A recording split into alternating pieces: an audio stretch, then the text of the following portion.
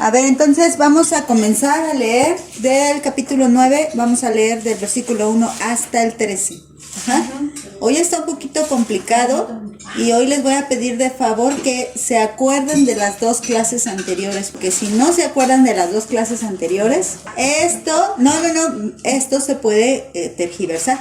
Ajá. Entonces, por eso debemos entender que es una sola carta la que mandó Pablo, aunque la dividen en capítulos para que encontremos más rápido la cita, pero muchas veces esa división provoca que nuestra mente también divida las ideas, como si se tratara de otra idea, pero no, Pablo no ha salido del tema, ¿ok? Entonces, bueno, vamos a leer. Dice, verdad digo en Cristo, no miento, y mi conciencia me da testimonio en el Espíritu Santo, que tengo gran tristeza y continuo dolor en mi corazón, porque deseara yo mismo ser anatema, separado de Cristo por amor a mis hermanos, los que son mis parientes según la carne, que son israelitas, de los cuales son la adopción, la gloria, el pacto, la promulgación de la ley, el culto y las promesas, de quienes son los patriarcas y de los cuales, según la carne, vino Cristo, el cual es Dios sobre todas las cosas, bendito por los siglos. Amén. No que la palabra de Dios haya fallado, porque no todos los que descienden de Israel son israelitas, ni por ser descendientes de Abraham son todos hijos, sino en Isaac te será llamada descendencia. Esto es, no los que son hijos según la carne son los hijos de Dios, sino los que son hijos según la promesa son contados como descendientes. Porque la palabra de la promesa es esta, por este tiempo vendré y Sara tendrá un hijo. Y no solo esto, sino también cuando Rebeca concibió de uno, de Isaac nuestro padre, pues no había aún nacido, ni había hecho aún ni bien ni mal, para que el propósito de Dios conforme a la elección permaneciese, no por las obras, sino por el que llama, se le dijo, el mayor servirá al menor. Y como está escrito, a Jacob amé, mas a Esaú aborrecí. Les digo, son versículos difíciles, que si no nos acordamos de lo que ya estudiamos en capítulo 8, podemos darle otra idea totalmente diferente, ¿no? Entonces vamos a empezar con el versículo 1. Dice, verdad digo en Cristo, no miento y mi conciencia me da testimonio en el Espíritu Santo. No vamos a pasar varios versículos sin tener alguna palabra, sin meditar. Vámonos directo a las versiones. Dios habla hoy. Como creyente que soy en Cristo, estoy diciendo la verdad, no miento. Además, mi conciencia guiada por el Espíritu Santo me asegura que esto es verdad. Bueno, ¿qué está empezando? Recordemos que el capítulo 8 lo terminó diciendo que los hijos de Dios, los verdaderos cristianos, somos más que vencedores y que nada ni nadie te puede separar del amor que es en Cristo Jesús. Esto es después de que ya estudiamos todo. Por eso les decía, es una sola carta. Así que tiene que ver con el capítulo 1, claro que sí. O sea, todo tiene que ver, pero lo fue desmenuzando poco a poco. También hemos dicho que la carta a los romanos es una carta tan importante que puede formar verdaderos creyentes. Si tú lees y estudias con atención y de corazón la carta a los romanos, puedes convertirte en una verdadera cristiana. Si tú crees algo distinto a lo que enseña Pablo en la carta a los romanos, lo más seguro es que andes en una falsa doctrina, en una falsa enseñanza. Entonces es muy importante que entendamos que todo lo que dice Romanos tiene que ir hilado uno con otro. No lo podemos separar. Empezamos haciendo un repaso rápidamente. Empezamos con el capítulo 1 y 2 que nos hablaba de la condición pecaminosa de todos los seres humanos. Todos estamos perdidos, no hay ni una sola persona que haga lo bueno. Todos estamos condenados al infierno por causa del pecado. Pero después hablamos de la fe, cómo Dios provee la fe para que podamos alcanzar esa salvación únicamente por fe. Luego después también nos dijo que tanto los judíos como los no judíos eran culpables todos. Porque los judíos se sentían mucho porque ellos decían, no, pues nosotros somos el pueblo de Dios y entonces ya nosotros ya estamos del otro lado. Pero también ellos pecaron. Y lo que demostró también el Señor en toda la palabra de Dios, si ustedes leen la historia de Israel, que es que no cumplieron la ley. Lo que podemos leer es cómo Israel falló. Entonces el antiguo pacto que era conforme a la ley, los mismos israelitas no pudieron cumplir ese pacto. Era necesario un nuevo pacto, un pacto que fuera irrompible. Lo quebrantaron. Exacto. Entonces, cuando Cuando nuestro Señor Jesús le promete ahí en Ezequiel que les dice, les voy a dar un nuevo corazón, un corazón de carne, y en ese nuevo corazón voy a escribir mi ley. Eso que estaba diciendo, que ya no era algo que memorizaran e hicieran a su propia fuerza, sino que era algo que Dios iba a poner en el corazón de los hijos de Dios, de los que tuvieran este nuevo corazón, porque los que tienen el viejo corazón no pueden tener la ley de Dios, no pueden tener la palabra de Dios en sus vidas, pero los que tuvieran el nuevo corazón, ellos de forma natural iban a tener los mandamientos de Dios, incluso ya no iban a ser ni gravosos ni pesados, ya los vas a poder obedecer de manera natural. ¿Por qué? Porque tu naturaleza ya cambió, ya eres otra persona. Después nos habló de esta lucha, hablando un poco de cómo él, antes Pablo, que no conocía a Cristo, luchaba por obedecer a Dios y luchaba por hacer las cosas bien, pero nunca le salía, nunca le salía. ¿Por qué? Porque había una ley fuerte dentro de su propio cuerpo, que era la ley del pecado. A pesar de toda su preparación que tuvo. Sí, ¿no? Porque él era fariseo y él era casi se convertía en maestro, ¿no? Iba para eso, ¿no? Para convertirse en maestro de la ley de Dios y no poder obedecer la ley de Dios. Eso lo tuvo que descubrir cuando se encontró con Cristo. Cuando se dio cuenta de que lejos de acercarse a Dios, se estaba alejando de Dios. Entonces, ¿qué fue lo que viene? Él viene a explicar, me di cuenta que había una ley porque lo que quería hacer no hacía. O sea, el bien que quería hacer, ese no hacía, terminaba haciendo lo malo. Es como cuando nos proponemos, ahora sí ya no voy a mentir, y volví a mentir. Sí. No puedo dejar de hacer esto, no puedo dejar de enojarme, no puedo dejar de pelear. ¿Por qué? Porque hay una ley dentro de ti, la ley del pecado, y que solamente se puede romper por medio de una ley más poderosa. Como les decía el ejemplo de la ley de la gravedad. La ley de la gravedad es que todo cae, ¿no? Todo cae. Entonces, hay una fuerza, precisamente la fuerza de gravedad, que atrae, esto es no entiendo mucho de lo que es física y geología y todo eso, pero bueno, para pronto, la fuerza de gravedad se supone que viene del núcleo de la Tierra, lo que es que atrae todas las cosas hacia el núcleo. Por eso nosotros, si suelto algo, cae, ¿no? Porque va hacia el centro de la Tierra, lo atrae, no vuela, sino cae. Algunas cosas caen más rápido, otras no caen, dependiendo el peso, ¿no? Si es más pesado, cae más rápido. Entonces, ¿qué se necesita para que esa cosa no caiga? Otra fuerza, ¿no? Y en todo caso es que si esta Biblia yo la suelto, va a actuar solamente la fuerza de gravedad, se cae. Pero si yo meto mi mano y la estoy sosteniendo, hay otra fuerza que impide que esto caiga, ¿no? Entonces es lo mismo con la ley del pecado. La ley del pecado siempre me va a traer al pecado, siempre. Hay una ley en mí que peca. Entonces no hay ser humano que no peque. Y el ser humano que solamente tiene la ley del pecado nunca, pero nunca va a poder dejar de pecar. Pero que necesita una ley más fuerte que lo sostenga a que no se cumpla esa ley del pecado. ¿Y cuál es esa ley más fuerte? La ley de la gracia. No, la ley del Espíritu Santo. Entonces, ¿qué quiere decir? ¿Dónde está el pecado? En cada una de nosotras. Sí. ¿Dónde está?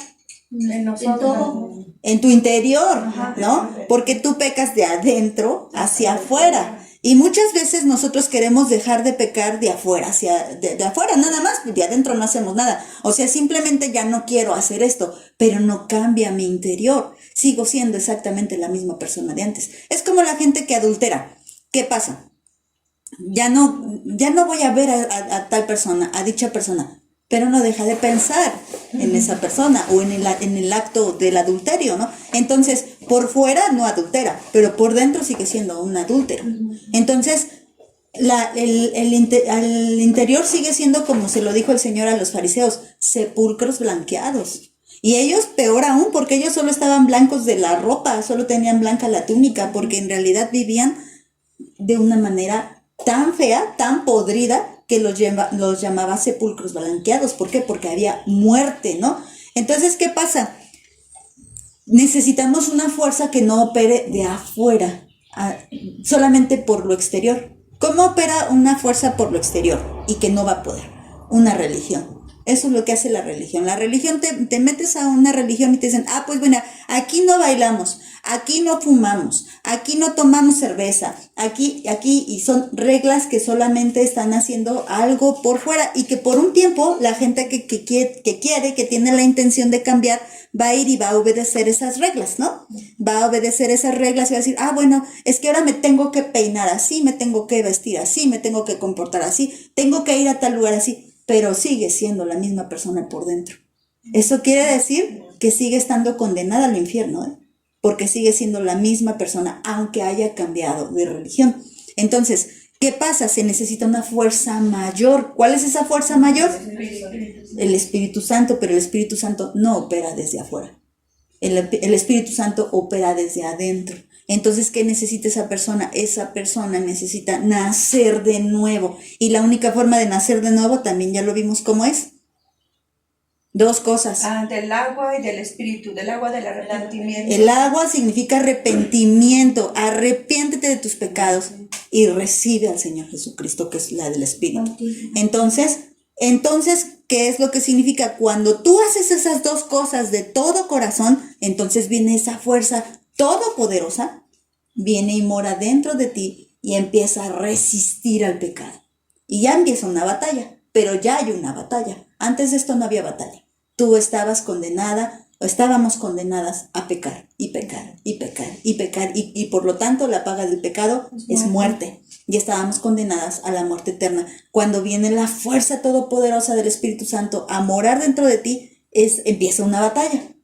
Que el pecado quiere hacer de las suyas, pero el Espíritu lo somete, ¿no? Bueno, con las luchas, ¿no? Eso fue lo que hablamos en el capítulo 8. Y antes de terminar el capítulo 8, hablamos acerca de la predestinación.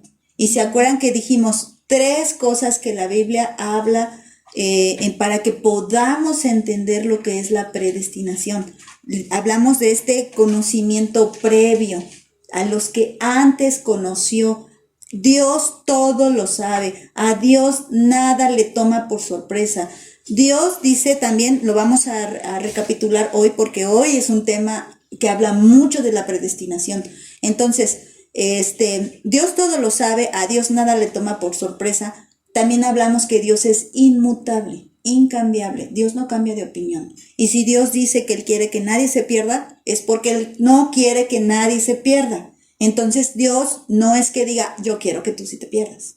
La predestinación no habla de eso. La predestinación habla de su previo conocimiento de las cosas, que Él es todo sabiduría, Él es omnisciente. Por lo tanto, les decía el ejemplo de la mesa, ese, ¿no? que me gustó mucho, ¿no? O sea, estamos siendo preparadas para las bodas del Cordero. Hay un lugar reservado para cada hijo de Dios. Si tu nombre está escrito en esa reservación, tu silla no quedará vacía. No va a ser que, híjoles, ¿qué crees? Que sí estaba apuntada, pero se le atravesó algo y ya no pudo llegar. Eso no va a pasar nunca. Pero ¿qué crees? Que Dios sabe si tu nombre está escrito o no está escrito.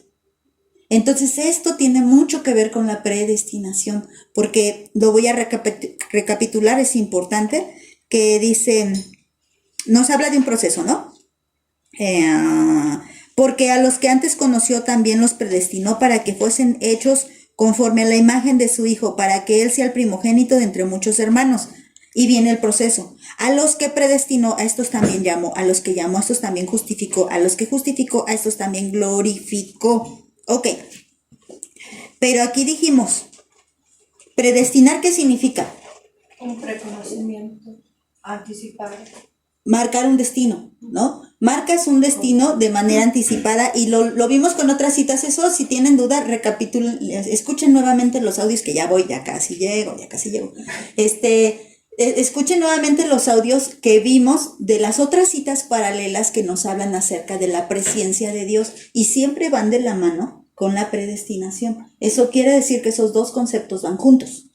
Entonces, bueno, a estos que ya vio de antemano que el Señor ya sabe que están glorificados, porque acuérdense que Dios habla siempre en presente, porque fíjense cómo dice, justificó, glorificó. Y la glorificación, aquí ninguna de nosotras está glorificada, pero aquí lo habla en presente, glorificó. Eso quiere decir, ya es un hecho. Es un hecho, ya. O sea, si tú estás tu nombre está en esa lista, en ese libro de la vida, tú ya estás glorificada, sí o sí. Sí o sí, porque Dios no cambia de opinión. Entonces, Dios ya lo sabe. A Dios nada le toma por sorpresa. Dios no cambia de opinión. Y entonces Dios sabe que tú vas a llegar y vas a estar glorificada. No llegas por tus méritos, ¿eh? También eso ya lo aclaramos. Por eso les digo, es una carta y debemos de entender que todos los conceptos van de la mano. Este no se separa del otro. O sea, ya vimos que ya Pablo nos dijo varios versículos, no por obras, es solo por fe somos justificados, y por la fe fue Abraham justificado. Y entonces, ¿qué? Nos explicó y nos dejó bien claro, nada de lo que tú hagas, hablando aquí, las obras son obras en cuanto a que tú quieras alcanzar la salvación, no la puedes alcanzar. Es como dijo el Señor Jesucristo cuando mandó a todos de dos en dos, y le dijeron, no se alegren de que los demonios se sujetan a ustedes, dice, alégrense de que sus nombres estén inscritos en el libro de la vida. Y entonces esto es por fe. Ajá. Entonces, bueno, dentro de esos 12 que mandó estaba Judas, y el nombre de Judas no estaba escrito en el libro de la vida, ¿no? Entonces, aquí el Señor seguía evangelizando, ¿no? El Señor, ¿para qué quiere que evangelicemos? Porque la fe viene por el oír, ¿no? Y ya después vamos a hablar esto, de la fe que viene por el oír. Entonces, bueno, esta idea, que fíjense, la habló en los últimos versículos del capítulo 8, y luego nos va a hablar de una predestinación en cuanto al pueblo de Israel. No separemos la idea. Ajá. No separemos, no dejemos estos principios que ya estableció. Porque también hay otras partes donde nos dice que por el cumplimiento de la ley entonces viene el poder agradar a Dios, y entonces si olvidamos todo lo que nos dijo acerca de que nosotros no cumplimos, no podemos cumplir la ley sino solo a través de Jesucristo, entonces si solo tomo esa parte, voy a aferrarme a querer cumplir la ley para ser salva. Pero si yo entiendo todo, entonces, ¿pero cómo? A través de Jesucristo. ¿Cómo? A través de la nueva ley del Espíritu Santo. No lo debo separar. Por eso estoy haciendo esta insistencia. Lo que vamos a leer no lo debemos separar de lo que ya estudiamos en los capítulos anteriores, ¿de acuerdo? Para que podamos entender. Entonces, bueno, aquí hay una situación. En el versículo 1, Pablo está diciendo, yo me siento muy triste porque primero habló de lo glorioso, de lo hermoso que viene para los hijos de Dios. Y aquí está hablando de la triste condición del pueblo de Israel. ¿Por qué? Porque para estos tiempos, y bueno, desde antes, ¿no? Pero aquí fue muy evidente. Cuando vino el tiempo de la gracia, fue muy evidente la decadencia de Israel. Porque antes de la gracia, todo Israel se sentía, digamos, la gran cosa. Se sentían el pueblo de Dios sí o sí. Pero aquí Pablo va a decir que no es así. La situación no es así. Y vamos a ver, dice Dios habla hoy, como creyente que soy en Cristo, o sea, ya está diciendo, sí, yo soy judío, pero ahora yo ya soy cristiano, verdadero cristiano, ¿eh? Ajá. Dice, estoy diciendo la verdad, no miento. Además, mi conciencia guiada por el Espíritu Santo me asegura que esto es verdad. ¿Qué es lo que va a decir? Versículo 2, que tengo gran tristeza y continuo dolor en mi corazón. Pablo, el que siempre está lleno de gozo, el que siempre decía, regocijaos en el Señor, les digo otra vez, regocijaos. ¿Estaba diciendo que estaba triste? Pero les digo, si no entendemos del todo, estaríamos diciendo, Pablo decía una cosa y hacía otra cosa. Pero no, está hablando de otras circunstancias diferentes, otro contexto. Él sentía gran tristeza y continuo dolor. Esto era frecuente. Vean cómo dice la traducción lenguaje actual. Es verdad que estoy muy triste y que en mi corazón siento un dolor que no me deja. Se sentía muy triste, muy, muy triste. Había algo que lo aquejaba y nosotras lo podemos entender, ese dolor.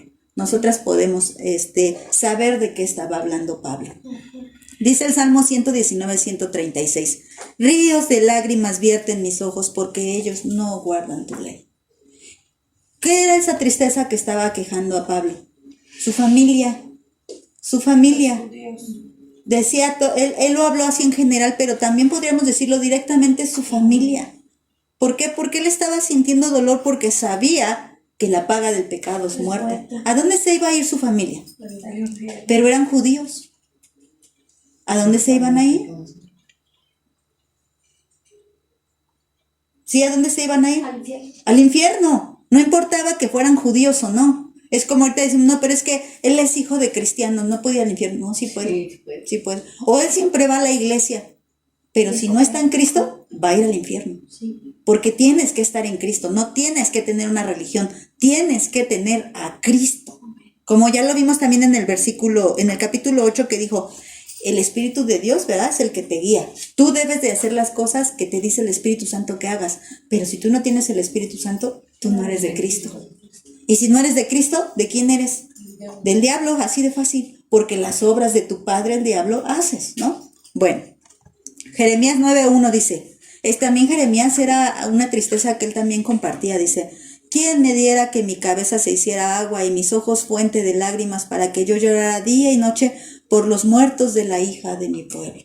Ajá, se estaba lamentando. Se estaba lamentando por la gente, por su gente, porque estaba viendo, y aquí Jeremías estaba viendo las calamidades que le sucedía al pueblo de Israel con los de Babilonia.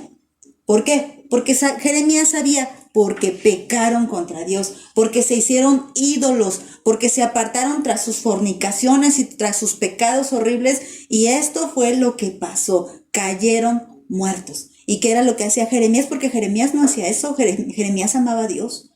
Jeremías era un profeta de Dios y entonces él lloraba y se lamentaba. Así que lo que le estaba pasando a Pablo era algo que comúnmente pasa con los hijos de Dios. Los hijos de Dios lloramos por aquellos que no están en la ley de Dios, por aquellos que no están en la ley, no, en el perdón de Dios, en la gracia de Dios, ¿no? Es que dijo ley el Salmo por eso. Lucas 19:41 dice, aquí fíjense quién fue. Y cuando llegó cerca de la ciudad, al verla, lloró sobre ella, diciendo, oh, si también tú conocieses a lo menos en este tu día lo que es para tu paz, mas ahora está encubierto de tus ojos. ¿Quién era? Jesús. Jesús mismo. Así que ese sentimiento que tenía Pablo de dolor por los que no conocen a Cristo, era un sentimiento que venía de Dios. No era una tristeza como la que sabemos que es la del mundo, que causa nada más remordimiento y que causa muerte, ¿no? Sino la tristeza que viene de Dios es una tristeza que clama por salvación. Cuando dice bienaventurados los que tienen hambre y sed de justicia, no se refiere como a los casos que lleva Katy, que va al juzgado y quiere que le hagan justicia dependiendo la demanda. No se refiere a eso, ¿eh? Se refiere a la justicia de Dios. Bienaventurados los que tienen hambre y sed de justicia. ¿Y quién es justicia? Dios. Jesucristo. Bienaventurados los que tienen hambre y sed de Jesucristo. Eso es lo que está diciendo. Entonces, nosotras debemos de sentir esa necesidad y decir, oh Señor, que la gente crea en ti, que mi vecino, que mis hijos, que mi esposo, que mi hermano, que todas esas personas que vemos que están sin Cristo y que nos causan dolor. Como dice aquí, continuamente me siento triste. Y eso era algo que, ¿por qué? Porque él continuamente lo estaba viendo. Él se movía entre todas esas personas y veía, hijos, no creen. Y le dolía. Perdón, le corté aquí en el 42, 43, dice, porque vendrán días sobre ti cuando tus enemigos te rodearán con vallados y te sitiarán, y por todas partes te estrecharán, y te derribarán a tierra y a tus hijos dentro de ti, y no dejarán en ti piedra sobre piedra, por cuanto no conociste el tiempo de tu visitación. Porque sabemos, hermanas, que los que no tienen a Cristo, su vida es una vida muy, muy desgraciada, o sea, carece de gracia. Su vida es una vida horrible, triste, vacía, oscura. Esa es la vida de uno que no tiene el Espíritu Santo morando dentro de él. Y esto es lo que pasa en Pablo. Ese sentimiento viene por causa de su familia, de los israelitas que no conocían. Versículo 3. Porque deseara yo mismo ser anatema, separado de Cristo por amor a mis hermanos, los cuales son mis parientes según la carne. Esta parte, yo dije, ¿Cómo no? ajá, sí, o sea, cuesta trabajo. Realmente no encontramos muchas referencias en cuanto por ejemplo, se habían muchos llorando por causa del pecado de los demás, pero no encontramos muchos diciendo quisiera yo ser anatema. No, o sea, realmente el dolor de Pablo era muy grande, muy, muy grande. Y vamos a ver qué significa anatema. Anatema viene del griego anatsema, que quiere decir prohibición religiosa o excomulgada. No como los católicos que porque no te dan la hostia ya dicen que estás excomulgado. No, no es así. Es, excomulgar es sacar de la comunión. Ajá.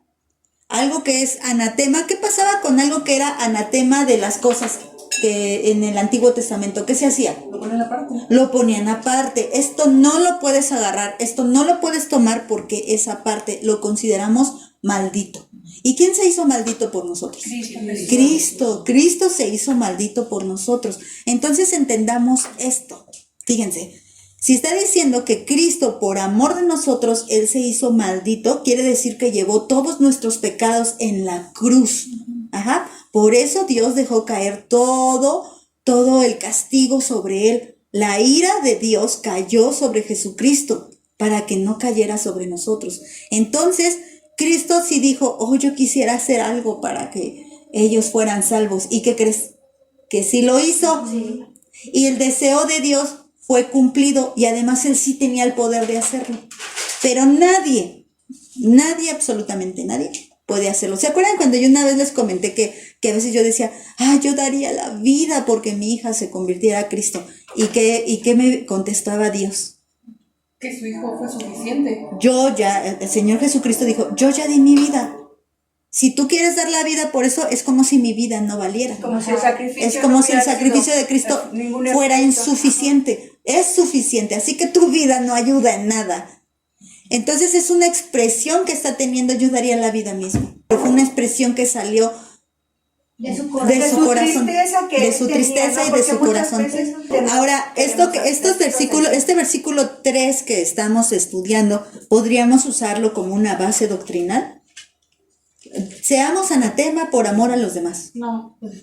Para empezar, no hay ninguna otra cita bíblica que hable de esto. Y podemos entender por lo que estamos leyendo que habló el corazón de Pablo aquí. En la gran tristeza y la profunda tristeza que él estaba sintiendo, él estaba diciendo como sea, yo mismo me sacrificaría por mi pueblo. Pero les vuelvo a repetir, ¿era necesario? No. No era necesario que Pablo se sacrificara. Él mismo lo entendía, ¿no? Y él decía, yo me confieso, yo mismo me gustaría hacer muchas cosas con tal de que mi pueblo fuera creyente. Pero vamos a ver qué más logró entender Pablo, porque Pablo mismo dice, pero he entendido esta parte, ¿no? Voy a poner otro ejemplo. Bueno, antes vamos a leer traducción lenguaje actual. Sufro por los judíos que son mi pueblo y quisiera ayudarlos. Yo estaría dispuesto a caer bajo la maldición de Dios y quedar separado de Cristo si eso los ayudara a estar cerca de Dios. Pero eso no ayuda en nada, ¿eh? No. Fíjense que tu mal testimonio, lejos de ayudar a la familia a creer, los aparta más. Sí. Entonces, tú no debes estar apartado de Cristo, tú debes de pegarte más a Cristo. Y así incluso muchos testimonios se han dado de que, pues yo veía que mi mamá era así, o yo veía que mi abuelita era así, o que yo veía que mi esposo, hasta los hijos, y eso me llamaba la atención. Tu testimonio puede, decía también el apóstol Pedro, que quizá por tu conducta casta, tus Los esposos podrán ganar. sean ganados para Cristo. Entonces, no actúa al revés. Si tú tienes un mal testimonio, no vas a alcanzar a tu familia, la vas a alejar de Cristo. Entonces, no nos apartamos. Pero no estaba hablando de eso Pablo. Pablo hablaba de sacrificarse y de hacer esto. Pero bueno, otro ejemplo de alguien que dijo algo muy desatinado también es Moisés. Él también dijo algo muy desatinado. Fíjense. Cuando Moisés está viendo todo el pecado del pueblo, llega un momento en que siente un gran desánimo. Y en Éxodo 32, que ya había pasado todo lo de las plagas, y había pasado lo de la nube de fuego, la columna de fuego, perdón, ya había caído el maná, ya habían pasado muchas cosas. Y el pueblo seguía en las mismas, sin creer en Dios. Entonces hay un momento en el que Moisés se desanima. Y dice esto, miren, entonces volvió Moisés a Jehová y dijo, te ruego, pues este pueblo ha cometido un gran pecado, porque se hicieron dioses de oro. Que perdones ahora su pecado, y si no, ráeme ahora de tu libro que has escrito. Fíjense, ¿cómo le dice? Léanlo ustedes todo. Sí, sí, ya sabes. Léanlo ustedes esta parte y cómo dice Dios. A ver, para empezar yo voy a quitar a quien yo quiera quitar. Tú no me vas a estar diciendo a quién yo quito, no quito. Sí, ¿A quién borra Dios del libro de la vida? nada más a Piensen en esta pregunta. ¿A quién borra Dios del libro de la vida? Borra. Ajá. A los A nadie. apóstatas. A nadie. No, porque ellos nunca. Porque no están, pues. Ajá, porque Dios no, Dios es inmutable. ¿Ven cómo debemos de aplicar todos los principios? Dios es inmutable. Nosotros hacemos un escrito y te arrepientes, ay, y lo rayas, ¿no? O lo agarras la gomita y lo borras. Dios no es así.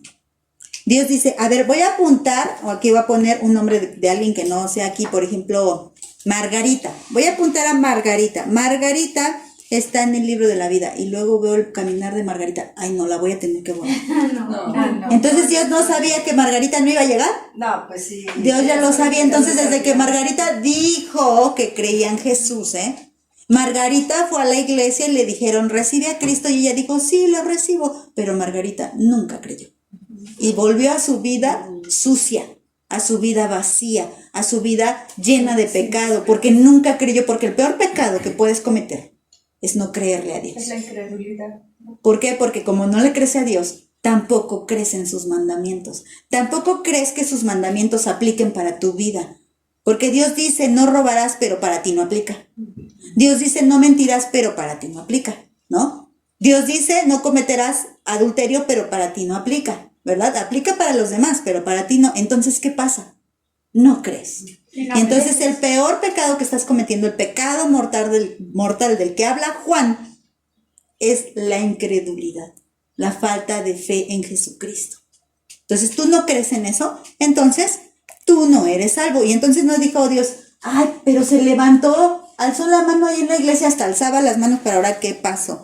Pero de hecho, en el mismo Juan, ves que lo vimos cuando dice que solamente el Espíritu Santo convence de pecado, y ahí mismo, en Juan dice que, y dice, de pecado por cuanto no creen en mí, estaba diciendo Cristo, dice, de pecado por cuanto no creen en mí. Ajá, porque el primer pecado que cometes es no creer en Jesucristo, pero el Espíritu Santo viene y te convence para que creas, porque esa es la obra del Espíritu, ¿no?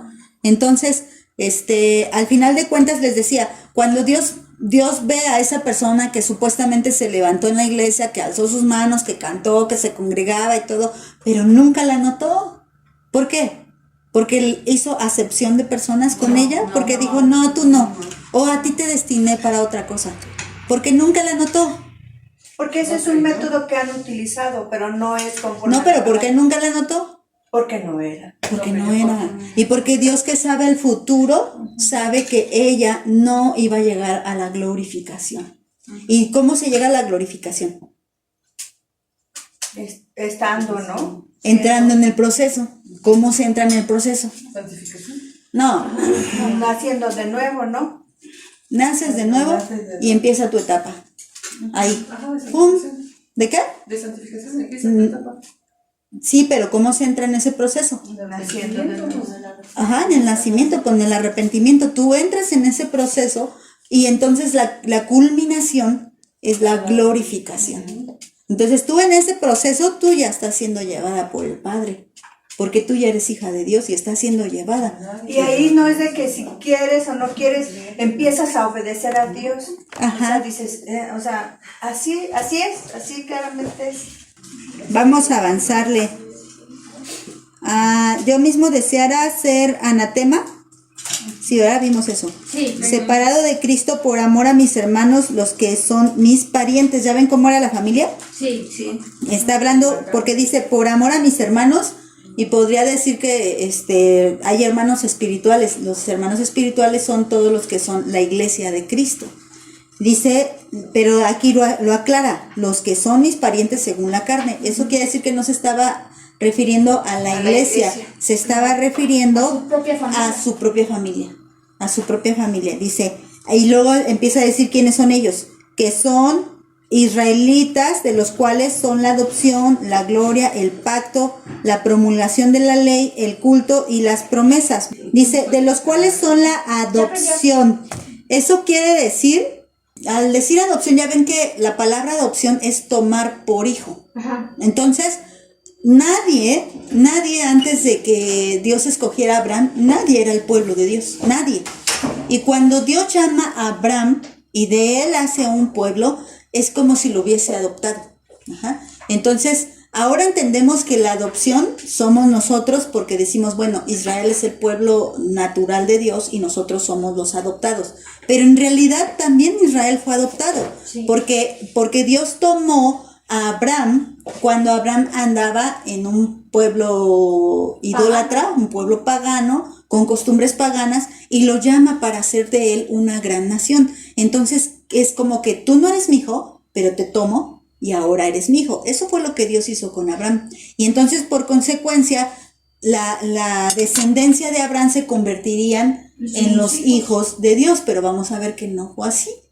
O sea, de plano no fue así. Y eso ocurrió desde el principio. Llama a Abraham, me voy a adelantar un poquito en lo que estaba aprendiendo. Llama a Abraham. ¿Y quién es el primer hijo de Abraham? Ismael. Ismael, pero Ismael no lo toma por hijo. No. ¿No? Porque luego dice aquí en el versículo, me estoy adelantando un poco, pero tal lo regreso. Dice, en Isaac te será llamada descendencia. Entonces ese es el pleito que se traen los árabes. Los árabes. Que él es el primer hijo, el primero es el Exacto. primogénito. Sí, pero era hijo de una esclava, no era hijo de la esposa. Pero ellos no lo entienden. Ajá. ¿Sí? Entonces, siempre un hijo fuera de matrimonio siempre no va a ser el hijo que herede. No. Y eso No, es legalmente ley hasta no. hoy. Eso es ley hasta hoy. Tú no eres hijo de un matrimonio, tu hijo no hereda. Digo, ya, mis bolas. Tú no eres hijo o hija de matrimonio, tú no heredas. Es como ¿Quiénes decir, es un heredan? bastardo, ¿no? ¿Quiénes heredan? Los Los hijos hijos. del matrimonio. Entonces, esa es una ley que aplica hasta el día de hoy. ¿Por qué? Porque la esposa no se va a dejar, ¿no? Ok, entonces dice, de los cuales es la adopción. Entonces, ¿qué fue? Que Dios adoptó desde Abraham. No era su hijo y lo adoptó. Y de ellos, de ahí salió la gran nación. Pero no todos, como lo acabamos de ver. Ismael Los de Isaac. fue echado fuera de la casa. Isaac fue el que se quedó con la promesa, porque Isaac era el hijo de la promesa.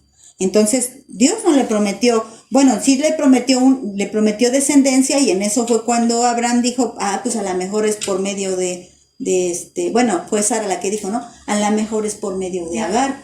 Y entonces esto fue algo que hicieron. Esta es una referencia en cuanto a lo que tú haces a tus fuerzas para quedar bien con Dios, y en cuanto a lo que Dios hace realmente en tu vida. Lo que Dios hace en tu vida permanece, lo que tú haces a tus fuerzas no sirve de nada.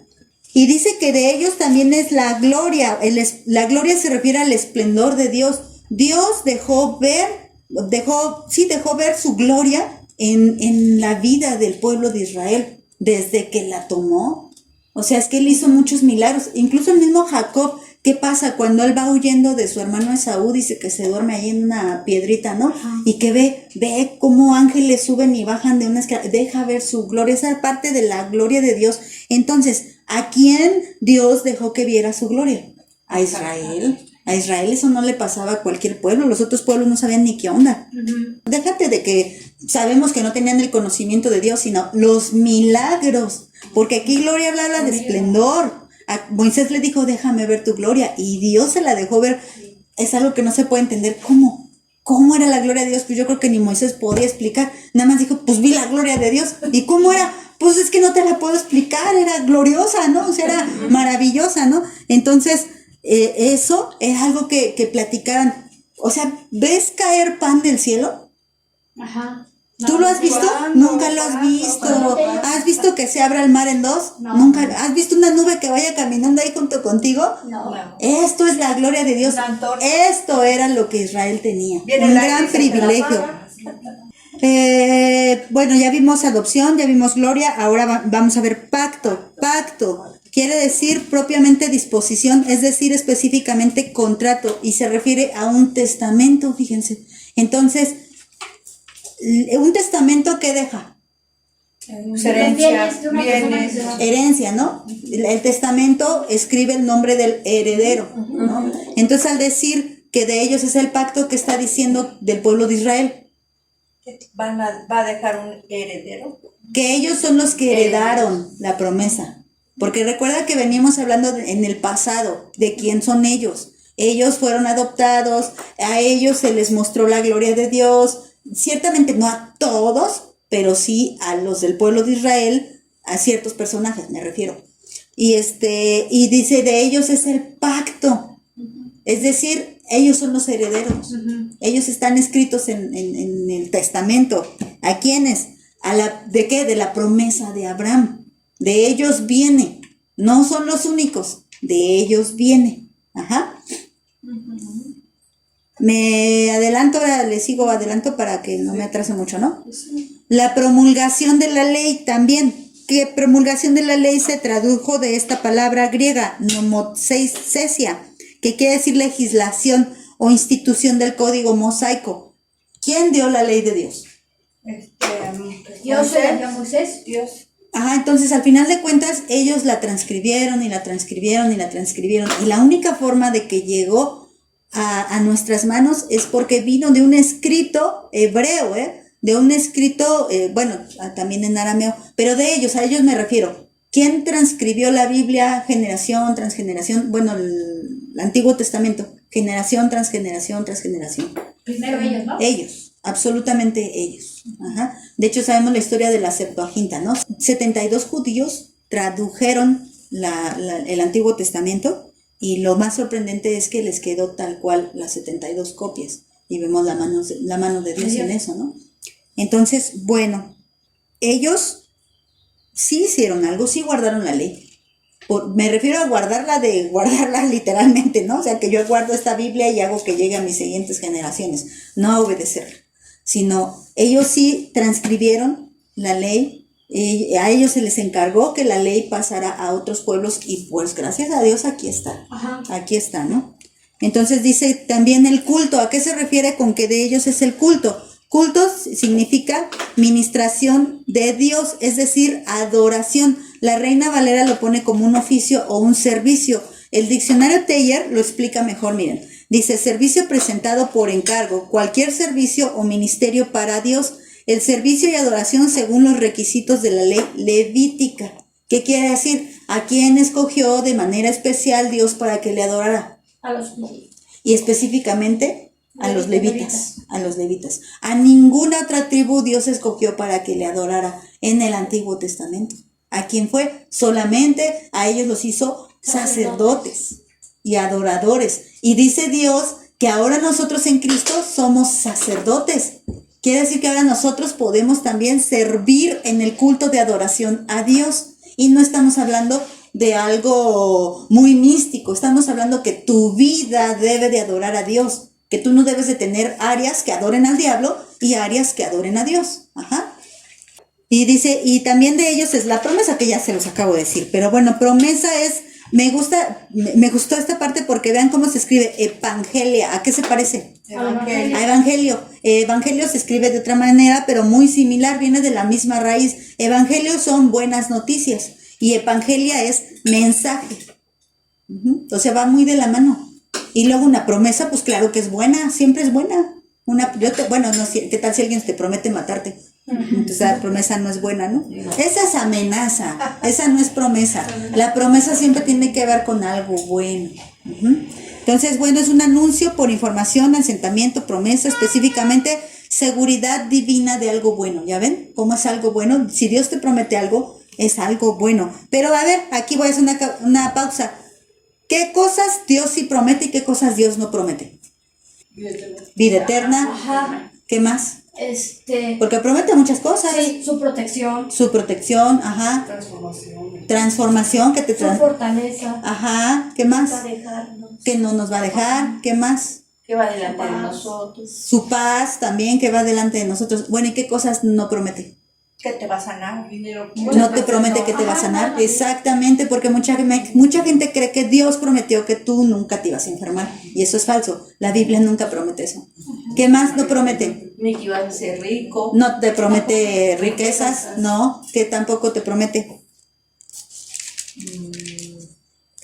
Es que pone condiciones. Que no vas a sufrir. Promete. Dios, así te arrepientas o no, Él nunca te prometió ser rico. Ajá. Y nunca te prometió no enfermarte, nunca te prometió no tener problemas, nunca te prometió que siempre ibas a ser feliz. Las promesas de Dios ni siquiera son condicionadas. Lo único que necesitas es fe. Me refiero a las bendiciones. Sí, pero aún así no.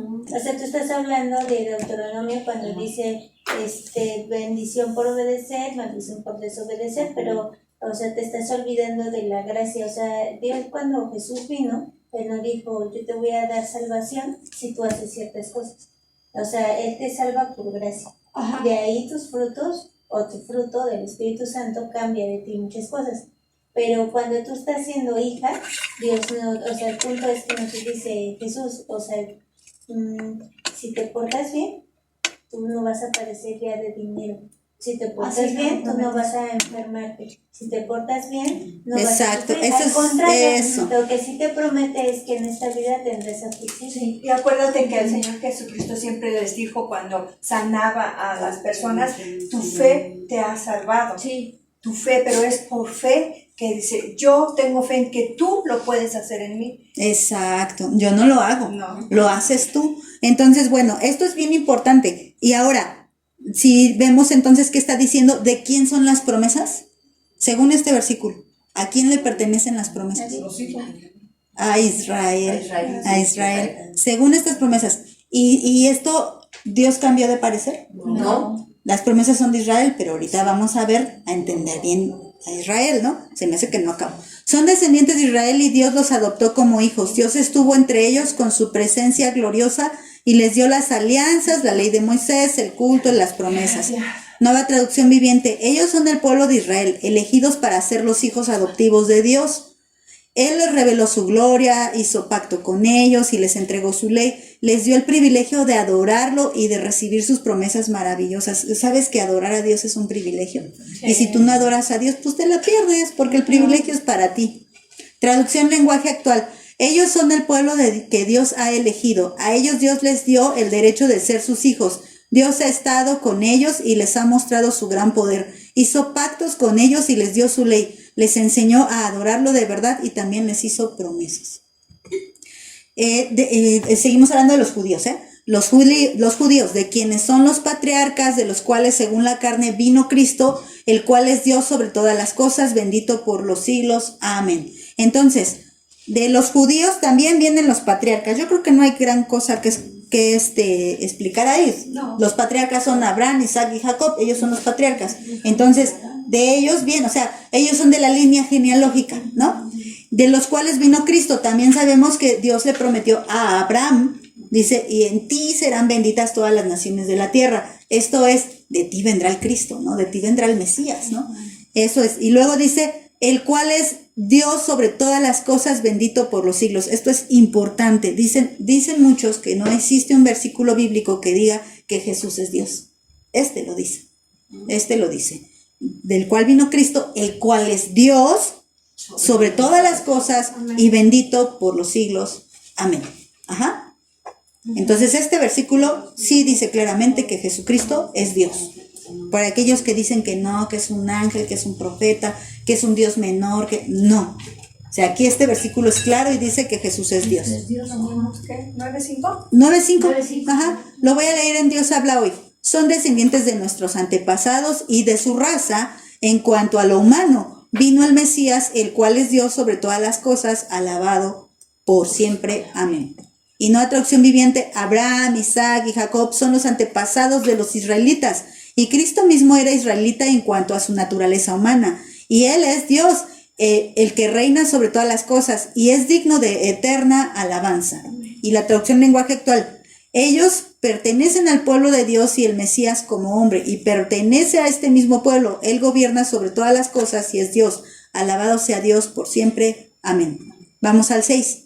No que la palabra de Dios haya fallado, porque no todos los que descienden de Israel son israelitas. Aquí viene la explicación. De ellos es la promesa, de ellos vino el Mesías, para ellos es el pacto, para ellos es el privilegio de adorarlo. Y dice, y entonces tú podrías leer, los romanos estaban leyendo, y luego, ¿por qué ahorita son los que persiguen a la iglesia? ¿Por qué ahorita mueren sin convertirse a Cristo? Porque muchos israelitas murieron sin creer en Jesucristo. Ahí entra un atributo de Dios qué es la soberanía, ¿no, Wendy? En ese Sí. versículo. Sí, pero no quita ninguna de las No, no, otras. no. Acuérdate que un atributo no quita otro. No. Dios tiene todos sus atributos todo el tiempo. Sí. Entonces, sí, pero entonces, ¿qué está diciendo aquí? Que Dios nunca se refirió específicamente a la carne. Sino al espíritu, ¿no? Dios desde un principio, desde que Él escogió, es más, desde antes de crearnos, Él nunca se preocupó por los aspectos carnales. Él escogió, sí escogió a Abraham. Y sabía que a él le iba a dar la promesa y a su descendencia. Pero esta parte, Él siempre la tuvo bien en claro, a tu descendencia. Y se acuerdan que también ya leímos a todos los que siguen las pisadas del padre Abraham. Ya lo vimos también esto.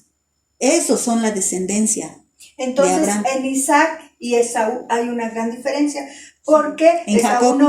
en Jacob no buscaba de Dios, Isaac sí buscaba No, tal vez las cosas Jacob. espirituales. Ay, perdón. No, ya nos hicimos bolas. Sí, Pero Jacob y es Esaú. Jacob. Ahorita llegamos a ese punto, pero aún desde el principio, desde que Dios escoge a Abraham y desde que de él va a salir la siguiente generación, aún desde ahí son diferencias. Si ustedes leen el Génesis, Abraham no solo tuvo 2 hijos, tuvo como 10, y de los cuales solo uno fue escogido. Arbitrariamente, No. sabemos que no es así. Sabemos que no es así. Dios hizo una promesa y desde ahí Dios está trazando su plan. Desde ahí, ¿por qué les voy a decir por qué no arbitrariamente? Vamos al ejemplo de Rahab. Rahab ni siquiera era en la carne del pueblo no era en absolutamente nada descendiente de Abraham. Porque todos los madianitas son descendientes de Abraham. Pero Rahab nada, absolutamente nada, porque ella era del Cam, o sea, nos vamos más atrás. Ella era descendiente de Cam y Abraham es descendiente de Sem. O sea, desde ahí se divide la línea. Y de ahí sale Rahab y de acá sale Abraham. ¿Y por qué Dios tuvo misericordia de Rahab? Porque creyó. Por fe. Ajá. Siempre es por fe. Entonces, ¿qué pasó con Rahab? Rahab, Dios la toma y la hace del linaje, y no solamente del linaje israelita. No, pues viene Viene siendo abuela. antepasado de Cristo. Eso quiere decir, y aquí nos lo va a explicar, ¿quiénes son la descendencia de Abraham? Los que son hijos de fe. Hijos de fe. Entonces, Rahab era hija de fe. Vas para el linaje de Jesucristo. Wow. Te tocan las promesas, te toca la bendición, te toca todo esto que Dios prometió para la descendencia de Abraham. Porque porque Abraham tiene hijos que no son israelitas. Todo aquel que siempre, que busca una vida espiritual, el que busca una Que cree nada más. el que cree. No busca, porque realmente no buscamos. Nosotros Nadie buscamos. busca a Dios. Solamente crees. Escuchó, hay un Dios eterno, y creyó. Nada más. Como se los volví a decir en el tema de la predestinación. ¿Y la fe tiene algún mérito? Porque no hiciste nada. ¿Qué hiciste? Ay, creí. Uy, qué bárbara, creíste. Bueno, pero Dios, eso es lo que busca nada más. Tu responsabilidad nada más es creer. Y entonces Él hace toda la obra. Incluso glorificarte. Porque una vez que tú crees y que has nacido de nuevo, tú no te glorificas sola, ni te santificas sola. No. El Señor te santifica, el Señor te glorifica. El Señor te toma por hija. Pero si tú no eres hija, ¿qué eres? Bastarda, desechada para siempre de Dios. Y los hijos se parecen a sus padres. Ajá. Y si tú no te pareces a Dios, entonces algo está mal ahí, ¿no? Ajá. Entonces, bueno, Dios habla hoy, pero no es que las promesas de Dios a Israel hayan perdido su validez. Más bien es que no todos los descendientes de Israel son verdadero pueblo de Israel, ¿ya ven? O sea, por ejemplo, pensemos déjenme pensar en Abimelech. Abimelech era un descendiente de Gedeón. Gedeón era israelita. Y Abimelech fue un horrible personaje bíblico, que seguro está en el infierno. Porque aparte murió horrible, se suicidó. Entonces, él era israelita. Y para él no aplicaba la promesa. Hubiese aplicado si hubiera vivido en fe. Pero no aplica porque no era hijo. No era descendiente de Abraham. Es como si, es como ahorita, ¿no? Que cuando dicen el hijo hace algo que al padre no le agrada y llega y papá, eso, no tengo hijo, ¿no? Para mí tú estás muerto, ¿no? Y así. Algo así medio dramático, pero aún Abraham puede decir, si no es fe, si tú no tienes fe, tú no eres mi hijo. Yo te desconozco, dijera, ¿no? Porque los hijos de Abraham son los hijos de fe. Entonces, Nueva Biblia Vida, ¿entonces perdieron valor las promesas de Dios? No, lo que pasa es que no todos los que descienden de Israel son el verdadero pueblo de Israel. Nueva Traducción Viviente, ahora bien, ¿acaso Dios no cumplió su promesa a Israel? No, porque no todos los que nacen en la nación de Israel son en verdad miembros del pueblo de Dios. ¿Ya ven? ¿Está claro? Está claro desde ahí. Y Traducción Lenguaje Actual, no estoy diciendo que Dios no haya cumplido sus promesas con el pueblo de Israel, pero no todos los judíos son realmente parte del pueblo de Israel. O sea, está diciendo que incluso aún de su época, no todos iban a ser salvos. Porque después decimos, si todo Israel será salvo, y también hay que ver eso, qué significa, ¿no? Hay que recordar esto que dijo también Pablo, por eso les decía, una sola carta, y recordemos lo que esa carta ya nos ha enseñado. Romanos 2:28. Pues no es judío el que lo es exteriormente, ni es la circuncisión la que se hace exteriormente en la carne, sino que es judío el que lo es interior, y la circuncisión es la del corazón, en espíritu, no en letra, la alabanza del cual no viene de los hombres, sino de Dios. Ahora, esto no quiere decir que tú por dentro te sientas judía. No significa, porque hay gente que se va al extremo y ya quiere hacer todo bien mesiánico. Yo me siento judía, y ahora yo soy el nuevo Israel. No.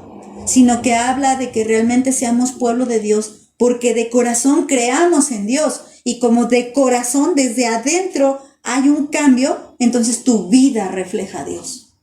Pero si no vives conforme a Dios, la única respuesta es que adentro no está Dios. Ajá. Versículo 7, porque ya voy hasta el 7. ¡Uy, qué bárbara, qué velocidad! Ni por ser descendientes de Abraham son todos hijos, sino en Isaac te será llamada descendencia. Lo que ya dijimos. Esto es claro. Les digo, Abraham tuvo muchos hijos, pero el único hijo que nació conforme a la promesa fue Isaac. Dios prometió.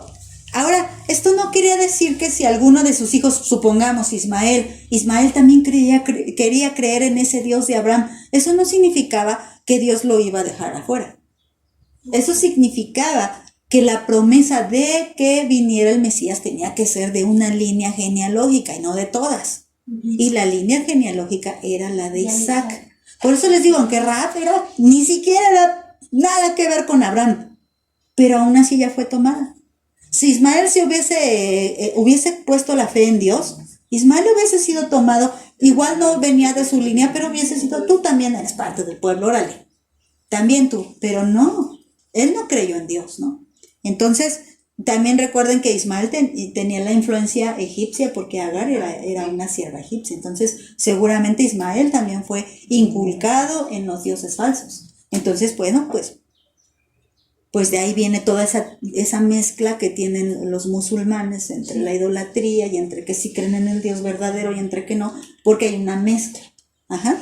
Entonces, bueno, te será llamada es del griego kaleo, ya lo vimos, esta palabra ya la vimos, que quiere decir llamar propiamente en voz alta. La Reina Valera lo dice convidado, decir, invitar, llamar, poner por nombre y sobrenombre. Es decir, que de la línea de Isaac, esa línea fue la que fue invitada, convidada, llamada a ser del linaje de Cristo.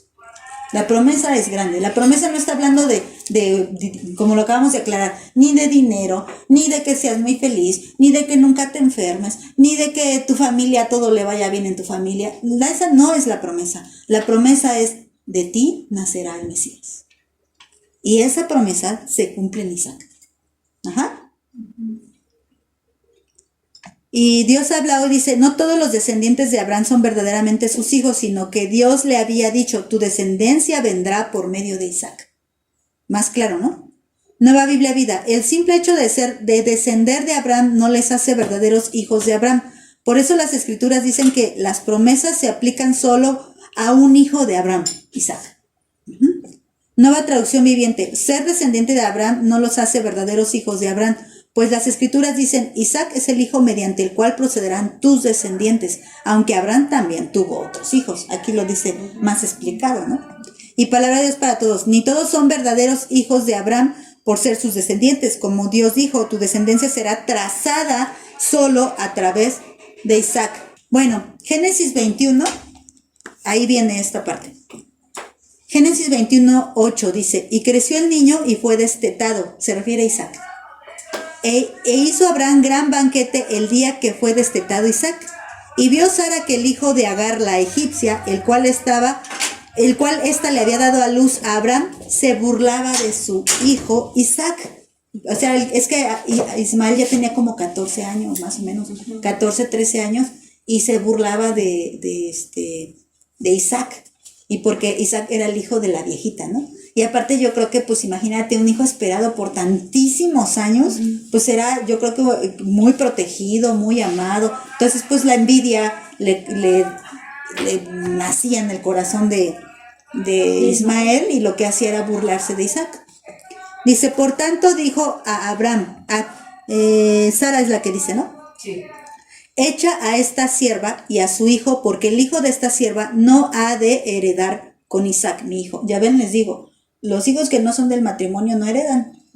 Este dicho pareció grave en gran manera a Abraham a causa de su hijo. Entonces dijo Dios a Abraham, no te parezca grave a causa del muchacho y de tu sierva. En todo lo que te dijere Sara, oye su voz, porque en Isaac te será llamada descendencia. O sea, ciertamente aquí hay muchas cosas que estudiar acerca de Sara y de Agar, pero lo cierto es que Dios estaba permitiendo esto porque Dios había determinado que de Isaac nacería el Mesías. Ajá. Y Gálatas 4:21 dice, díganme los que quieren estar bajo la ley, ¿no han oído la ley? Porque está escrito que Abraham tuvo 2 hijos, uno de la esclava y el otro de la libre.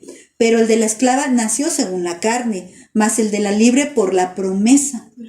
Lo cual es una alegoría, pues estas mujeres son los 2 pactos. El uno proviene del monte Sinaí, el cual da hijos para esclavitud, este es Agar, porque Agar es el monte Sinaí en Arabia y corresponde a Jerusalén actual, pues ésta junto con sus hijos está en esclavitud, mas la Jerusalén de arriba, la cual es madre de todos nosotros, es libre. Fíjense cómo primero aquí está diciendo que los verdaderos israelitas son los que vienen de Isaac. No puedes llamar israelita a los que son de Ismael, obviamente porque aparte Israel todavía ni nacía, ¿no? Entonces, no son pueblo descendencia de Abraham, los ismaelitas ni los madianitas, no se les conoce así. No se les, ¿tú sabías que los madianitas también eran descendientes de Abraham? No se les conoce así, es muy raro. Pero tú sí sabes que los hijos de Isaac son descendencia de Abraham. Los israelitas son hijos de Abraham. Pero aquí en Gálatas incluso ni siquiera hace eso. Incluso dice que los israelitas que viven bajo la ley son hijos de Agar. Ah, caray. ¿No que eran hijos de Sara? Dice, pero espiritualmente son hijos de Agar porque siguen esclavos. Esclavos a la ley, esclavos al pecado. Si tú estás todavía esclavo al pecado, eres hijo de una esclava. Pero si tú dices, si ahora vives en Cristo, si ahora eres de Cristo, ahora eres tu verdadero hijo o hija de Sara. No de Agar, sino de Sara. Vean la diferencia. O sea, todavía aún más, ¿no? Por eso dice, no todos los israelitas son verdadero pueblo de Dios. Vamos al 8. Esto es, no los que son hijos según la carne son los hijos de Dios, sino los que son hijos según la promesa son contados como descendientes. Entonces, no se trata de algo genealógicamente carnal, sino que es meramente espiritual. Por eso, en Abraham sí se cumplió la promesa de que tendrá tantos hijos como las estrellas del cielo, como la arena del mar. Todos los que iban a creer. Porque estamos ahí, hermanas. Si creemos, si no, pues no, tú no estás ahí. Pero si creemos, estamos ahí. Solo los verdaderos hijos de Dios, los que realmente tienen fe en Jesucristo, están contados como ese pueblo, como esos hijos de Abraham. Eso no importa si eres mexicana, china, africana, americana, estadounidense, ¿no? Canadiense, no importa de dónde seas. Si tú tienes fe en el Señor Jesucristo, tú eres hija de Abraham. Libre. Y libre, claro, y libre. Aunque seas esclava físicamente, eres libre en Cristo. Ok, entonces dice Dios habla hoy. Esto nos da a entender que nadie es hijo de Dios solamente por pertenecer a cierta raza. Porque también de eso vienen muchos conflictos. Porque los alemanes quisieron hacer una raza pura. Sí. Entonces, también Luris, ¿no? Y hasta la fecha hay gente muy mal que piensa que su raza es superior a la otra. No, realmente Dios ha hecho un pueblo superior al otro y esos son sus hijos en fe. Y no para menospreciar a los demás. No, me refiero en beneficios, en bendición. Al contrario, solo quienes son hijos en cumplimiento de la promesa de Dios se les considera verdaderos descendientes. Nueva traducción viviente. Eso significa que no todos los descendientes naturales de Abraham son necesariamente hijos de Dios. Solo los hijos de la promesa son considerados hijos de Abraham. Biblia, la palabra hispanoamericana. Es decir, que no es la simple generación natural la que hace hijos de Dios. Los verdaderos descendientes son los que nacen en virtud de la promesa. La promesa. Si no crees, no eres hijo de Dios. Más a los que creyeron, más a los que le recibieron, a los que creen en su nombre, les dio potestad de ser hechos hijos de Dios. El 9, porque la palabra de la promesa es esta: por este tiempo vendré y Sara tendrá un hijo. Ahora, ¿qué es de importante si todo mundo tiene hijos 9 meses después de haber quedado embarazada, ¿no? Lo importante es que Sara era muy vieja y estéril. O sea que su vientre no era capaz de procrear. Y así somos nosotros, hermanas. Nosotras no somos capaces de procrear vida eterna o de procrear salvación. Ni siquiera somos capaces de crear buenas obras. Somos malas. Nuestra vida es estéril sin Dios. Nuestra vida no tiene ningún fruto, ningún sentido. Pero Dios, si tú crees, o sea, ¿qué pasó con Abraham? ¿Qué hubiera pasado si Abraham y Sara no le creen? No hubiera hecho nada el Señor. No hubiera nacido Isaac. Con él, por ejemplo. Ajá, y aquí es donde dice, y Abraham creyó. Aunque a Sara le dio risa. Pero Abraham creyó, ¿no? Entonces, dice, sí, ciertamente vendré. Por este tiempo, se entiende que más o menos al año siguiente, vendré por este tiempo y Sara ya tendrá un hijo. O sea, ya habrá pasado todo. No se iba a embarazar en un año, no. En todo este año iba a pasar este proceso y al siguiente año dice, yo vendré a ti y Sara ya estará cargando en sus brazos a Isaac. La que tendría un vientre estéril. Lo que para el ser humano es imposible, ¿no? Exacto. Para Dios es posible. Las fuerzas, ya Sara había terminado con el ciclo de la mujer. Sí, no, y aparte nunca fue fértil. Ajá, sí. Jamás fue fértil. O sea, ya de por sí era infértil. Y luego aparte ya ni siquiera tenía su periodo menstrual. Lo cual sabemos que cuando una mujer tiene el periodo menstrual es un indicativo de que está en edad fértil. Ajá. Entonces, mientras una mujer esté menstruando, puede quedar embarazada, ¿no? Entonces, ya ni eso. Entonces dice, y aún así dice, por este tiempo vendré. Y entonces, ¿qué es esto? Lo que no da, Dios puede hacer que dé. Y eso es lo que está hablando contigo. Los verdaderos hijos de Dios son los que de lo vil y lo menospreciado Dios hizo. De lo que no daba nada, Dios hizo. Por eso somos los hijos de la promesa. Pero el que cree que está bien con Dios, el que cree que hace bien las cosas con Dios, el que cree que cumple la ley, no puede ser el hijo de la promesa. Porque pues lo hace, ¿no? Porque Agar no nació milagrosamente. Ismael no nació milagrosamente. Agar era joven, Agar era fértil. Entonces, no tuvieron muchas veces relaciones sexuales. Una vez tuvo relación sexual con Agar, y con esa tuvo, Agar quedó embarazada y nació Ismael. De milagroso, pues solamente de que sabemos que toda la vida, todo ser humano es milagroso, ¿verdad? Pero de ahí en fuera, nada. Pero Isaac era absolutamente milagroso, así como nuestra salvación, hermanos. No teníamos posibilidad de ser salvas, pero lo somos. Somos hijas de la promesa. Amén. Entonces, Nueva Biblia Vida, porque lo que el Señor prometió fue esto: el año que viene volveré y Sara tendrá un hijo. La palabra hispanoamericana. Y los términos de la promesa son estos: yo volveré por este mismo tiempo y Sara tendrá ya un hijo. Traducción lenguaje actual. Aquí son los dos versículos 8 y 9. Esto significa que nadie es hijo de Dios solo por pertenecer a cierta familia o raza. Al contrario, la verdadera familia de Abraham la forman todos los descendientes de Isaac, porque Isaac fue quien nació para cumplir la promesa que Dios le hizo a Abraham. Dentro de un año volveré y para entonces Sara ya tendrá un hijo. Esto viene en Génesis 18:10.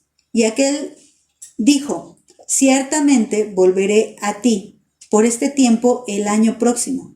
Y he aquí Sara tu mujer tendrá un hijo. Y Sara estaba escuchando a la puerta de la tienda que estaba detrás de él. Y es ahí cuando está Riéndose. por eso Isaac se llama risa, ¿no? O sea, bueno, risa, porque a Sara le ganó la risa cuando supo que iba a estar. Yo creo que pensó, me voy a ver bien chistosa, viejita y gordita, ¿no? No es normal que veas una viejita embarazada, eso, ¿cuándo, no? Sara casi tenía Ya ves 90 a una años. de 40 y ya dices, ay, está embarazada. Ay, qué bárbara, qué exagerada. ¿No? Versículo 10. Y no solo esto, sino también cuando Rebeca concibió de uno de Isaac, nuestro padre. Aquí, bueno, vemos cómo no solamente, bueno, entonces ya, Isaac es el elegido. Y como Isaac es el elegido, todos los de Isaac. Vuelve a repetir el patrón. Abraham fue elegido, pero Ismael fue hecho aparte e Isaac fue escogido. Isaac fue escogido, pero Esaú fue hecho aparte y Jacob fue escogido. Pero volvemos a los principios de antes, acuérdense, sin acepción de personas. Todo Dios no conforme hace al acepción. principio. Todo conforme al principio que Dios puso, que fue por fe, y también en base a lo que Él ya sabe, en base a lo que Él ya conoce. Nada le toma por sorpresa, ¿ok? Dice Nueva Biblia, las Américas. Y no solo esto, sino que también Rebeca concibió mellizos de uno, nuestro padre Isaac. O sea, y es que aparte de todo, lo más sorprendente es que fueron concebidos casi al instante de uno. O sea, saben que cuando un embarazo es múltiple, casi al instante se da la concepción. Entonces, Rebeca tuvo mellizos, ni siquiera fue que nació Esaú y a los años Jacob, sino al instante. Pero aún así el Señor ya sabía que aunque venían del mismo vientre y venían del hijo de la promesa, no los dos tenían la misma condición. Y los dos no iban a creer. El Señor ya lo sabía.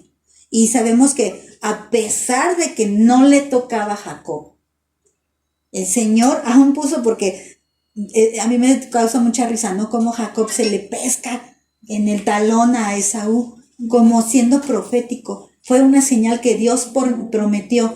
Fue una señal que Dios, no prometió, Dios permitió. Una señal que Dios permitió para hablar de lo que iba a suceder, incluso del carácter de Jacob y de Esaú.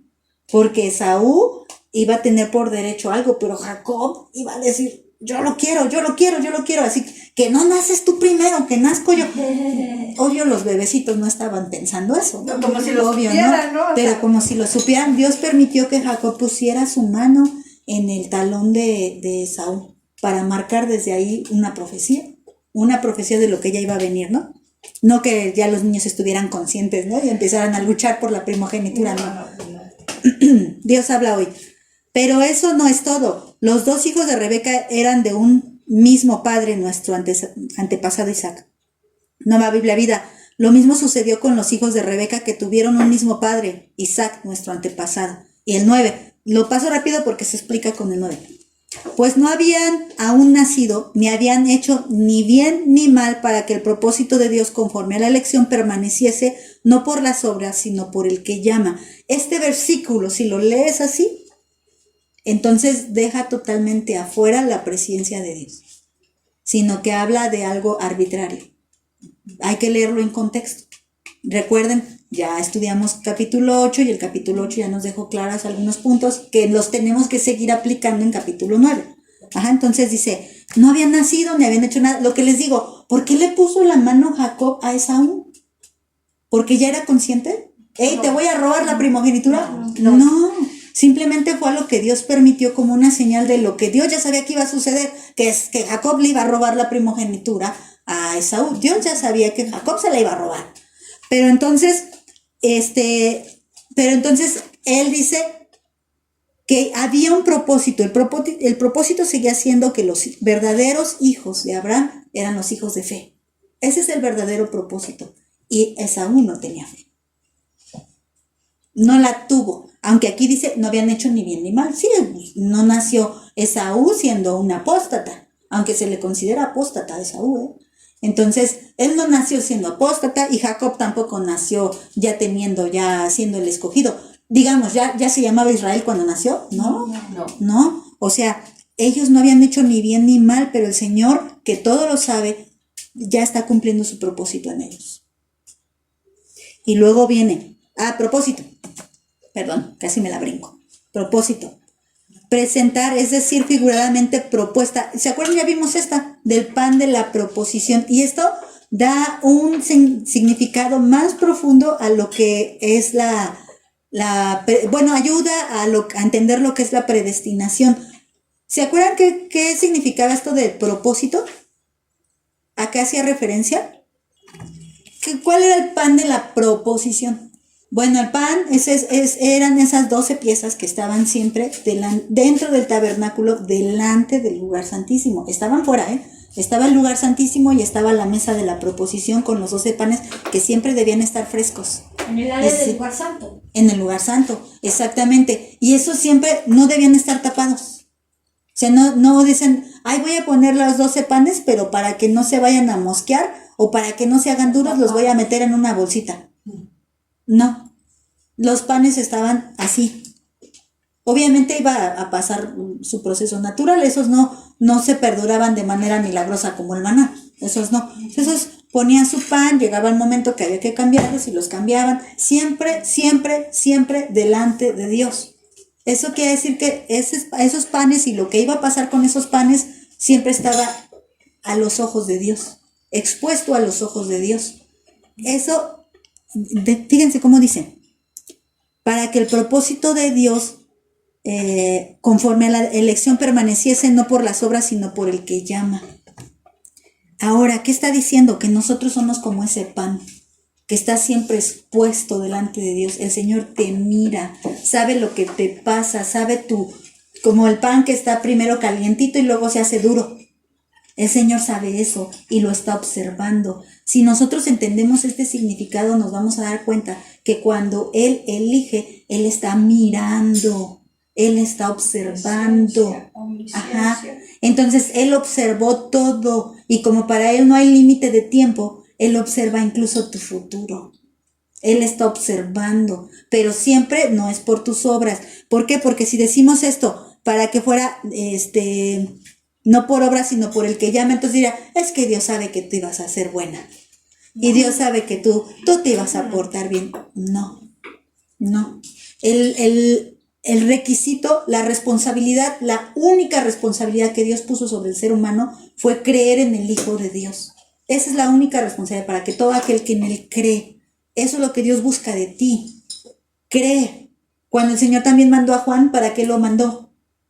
Para preparar el camino, porque Él quería que les hablara de sus pecados, que se arrepintieran, y cuando viniera Él y les hablara del plan de salvación, creyeran. Muchos escucharon a Juan el Bautista, pero no todos creyeron. Entonces, ¿qué es eso? Dios, tú eres como ese pan que Dios te tiene en la mira. Tú estás expuesto y Él te está observando, y Él está cumpliendo sus propósitos. Y aún antes de que tú hagas bien o mal, o sea, no es por lo que tú hagas, a eso se refiere. No te eligió porque tú al final ibas a ser buena. No. O sea, Él cumplió su propósito en ti. Él lo cumplió, pero porque Él te ve. Él te está observando. Ajá. ¿Sí? ¿Más o menos se entiende? Bueno, dice, ¿cuál otra puse? Elección. Selección divina, pero fíjense cómo lo dice el Teller. El decreto hecho por elección por el cual Dios determinó bendecir a ciertas personas a través de Cristo solo por gracia. Ajá. Ok. Todos los panes están expuestos delante de Él. Ajá. Él está observando el proceso de cada uno. Tu vida está expuesta delante de Él. Y Él sí rescató por elección divina a algunos por gracia. Eso quiere decir, fíjense, se los voy a poner más fácil. Dios podría haber dado su gracia a aquellos que no creen y que al final de todas maneras no van a creer. No sé. De que podía. Pero Él hizo una elección. Y eligió a los que tienen fe. Ujú. Y bueno, para que la elección de Dios permaneciese es, ahí ya me apuro, meno, que quiere decir quedarse en un lugar, estado, relación o expectación dada. La Reina Valera dice hacer escala, esperar, morar, durar, perdurar, permanecer, permanente, perseverar, persistir, posar, quedar, retener, vivir. Está diciendo que Dios cumple, o sea, Él está observando tu proceso, Él también elige y Él también hace que permanezcas. Y también hace que esperes. A ver, espera. Y esa gracia también espera para el momento en el que ha de manifestarse en la vida de una persona. Porque en el momento que esa persona tenga fe, viene su gracia. Entonces, espera, quédate quieto en este lugar, quédate quieto. Por eso también mucha gente, o sea, no va a haber alguno que dicen, híjoles, fulanita sí iba a creer, pero se me murió antes. Y no llegó el momento de que iba a poner la fe en Cristo. No, eso tampoco pasa. Si dicha persona se murió sin tener la fe en Jesucristo, Dios ya lo sabía. Y no porque viviera más años, iba a creer. Entonces Dios determinó, ya basta, vámonos de aquí, ¿no? Y también al que cree, es suficiente con esto, vamos. Él determinó todo esto, ¿no? Entonces, bueno, permaneciese, Nueva Biblia Vida, no, Nueva Versión Internacional. Sí es Nueva Versión Internacional, ¿eh? Sin embargo, antes de que los mellizos nacieran o hicieran algo bueno o malo, y para confirmar el propósito de la elección divina, ahí se queda. Se le dijo, el mayor servirá al menor. Esto no hay gran cosa aquí que explicar. O sea, el mayor era Esaú y el menor era Jacob. Pero porque Esaú menospreció su primogenitura, él fue el que la desechó. Sí. Porque por derecho de nacimiento la tenía. Y Esaú la deseaba y la anhelaba. Por eso se la roba. Porque si no la hubiera deseado, pues ahí se la deja. ¿No? Ay, otra vez. Ya estoy igual que tú, Pati. Esaú tenía la primogenitura por derecho. Sí. Y Jacob la anhelaba. Sí. Jacob se la roba, porque les digo, si no, ahí se la hubiera dejado. Ni me interesa. Como a lo mejor algo que tengamos aquí, viene el ratero. Ay, nada que robarle. Y ahí me lo deja, ¿no? Pero Esaú dijo, no, yo quiero todo eso. Porque seguro que Isaac les hablaba de la promesa, ¿no? A los dos. Y Jacob la anhelaba, y para Esaú era poca cosa. Porque después vemos que Esaú lo que anhelaba era el dinero. Y lo que le dolió fue el dinero. Y chillaba por el dinero. Entonces, bueno, después dice, el mayor servirá al menor. Y esto ya es mucho tiempo, muchos años después. Porque eso no pasa ni cuando Jacob estaba vivo, ¿eh? Porque incluso Jacob se inclina delante de Esaú. Perdóname, Esaú. Y de ahí no se cumple la promesa. La promesa se cumple cuando ya son pueblos. El pueblo de Israel y el pueblo edomita. Y el pueblo edomita termina sirviendo al pueblo de Israel. Ajá. Cuando se supone que si hubiera seguido la línea por Esaú, entonces los edomitas hubieran sido el pueblo de Abraham. Y no hubieran sido los israelitas, sino los edomitas. Pero al final se fue hacia Jacob por fe. Porque si leemos Hebreos 11, Jacob está ahí, por fe. Sí, entonces dice, el mayor servirá al menor, y está en Génesis 25:21. Y oró Isaac a Jacob por su mujer, que era estéril, y lo aceptó Jehová, y concibió Rebeca, su mujer. Y los hijos luchaban dentro de ella, pero esto también de manera profética. Y dijo, si es así, ¿para qué vivo yo? También Rebeca era bien dramática. Y fue a consultar a Jehová. Y le respondió Jehová, 2 naciones hay en tu seno, y 2 pueblos serán divididos desde tus entrañas. Un pueblo será más fuerte que el otro pueblo, y el mayor servirá al menor. Es ahí donde lo dice. Bueno, sí, un poco dramático, pero también Rebeca tenía cierta percepción espiritual, ¿eh? Rebeca era mucho más espiritual incluso a veces que Isaac, porque Rebeca incluso observó el comportamiento de Esaú y no le agradaba. Y por eso es que ella ayuda a su hijo. No. Esaú no se lleva la bendición, tú te la llevas. Porque Rebeca era más espiritual que Isaac incluso, ¿no? Aunque Isaac era también padre de fe, también. Y bueno, último, como está escrito, a Jacob amé, mas a Esaú aborrecí. ¿Por qué? Pero esto lo dice, que esto... ¿No lo amaba? Ajá, nueva traducción viviente, ahorita lo vamos a explicar, nueva traducción viviente, como dicen las escrituras, amé a Jacob pero rechacé a Esaú. Igual, Dios, recordemos, Dios no hace acepción de personas, Dios no es arbitrario, Dios conoce todas las cosas, Dios ama al mundo, Dios desea que todos procedan al arrepentimiento, Dios quiere que todos tengan fe. Todos esos principios siguen aplicando, no se quedan fuera, ¿eh? Que sean salvos de su ira venidera. Que sean salvos de la ira. Por eso todo el plan de salvación, si no, ¿para qué? ¿No? Y bueno, dice Malaquías 1, profecía de la palabra de Jehová contra Israel por medio de Malaquías. Yo les he amado, dice Jehová, y dijeron, ¿en qué nos amaste? Dice el Señor, ¿no era Esaú hermano de Jacob? Dice Jehová, y amé a Jacob y a Esaú aborrecí.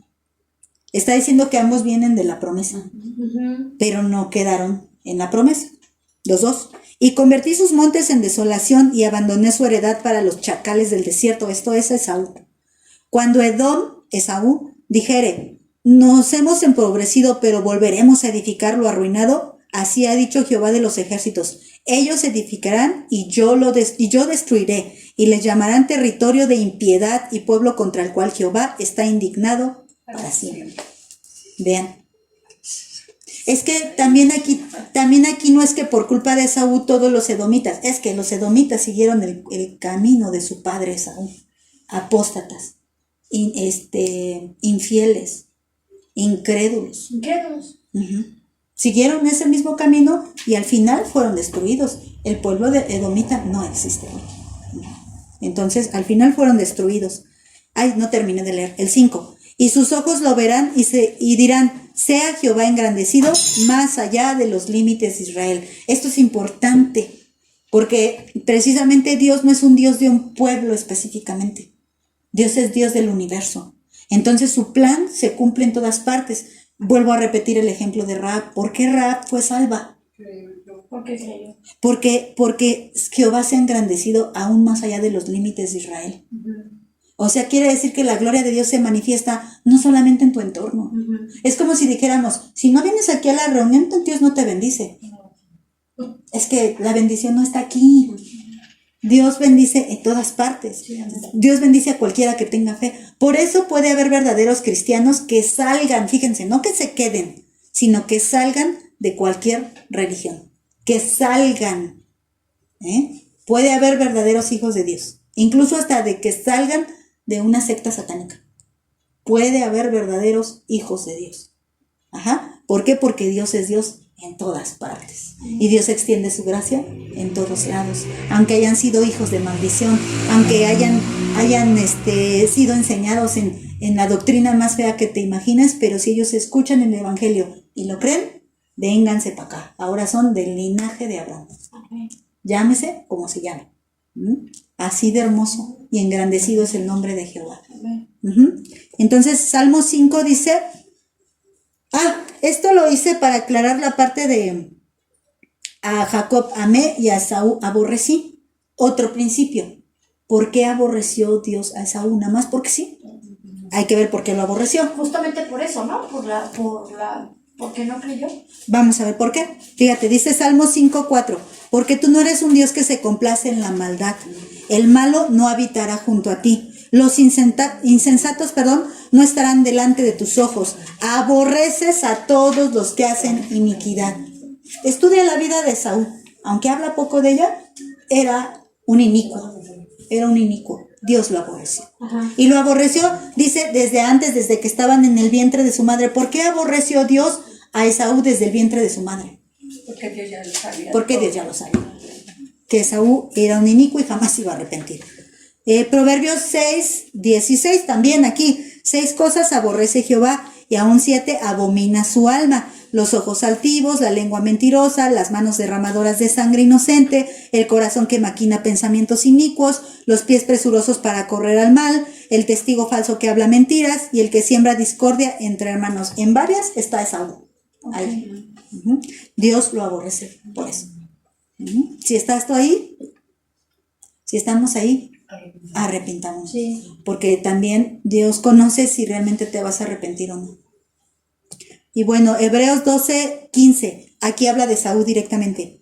Miren bien, no sea que alguno deje de alcanzar la gracia de Dios, que brotando alguna raíz de amargura les estorbe y por ella muchos sean contaminados. No sea que haya algún fornicario o profano, como Esaú, que por una sola comida vendió su primogenitura. ¿Cuánto valía la promesa del Mesías para Esaú? No podía ponérsele precio.